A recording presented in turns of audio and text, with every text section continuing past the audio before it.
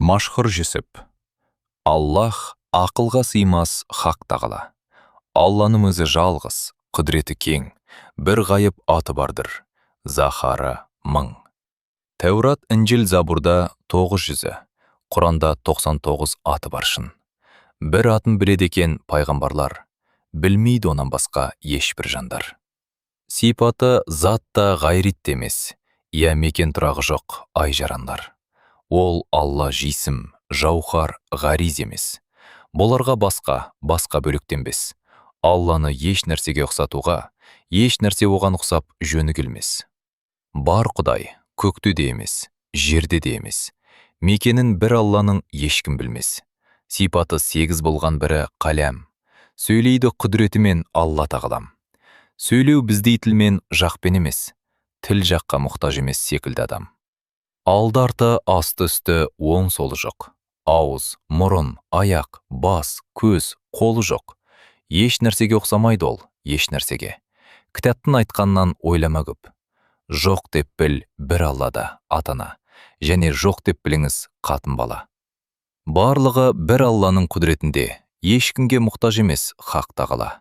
Білуші ол, естуші һәм көруші. Барды жоқ, нажа жоқты бар қылушы. Тірі мәңгі, өлмес қадір, болмас ғажыз. Сөйлеуші, не тілесең, ол білуші.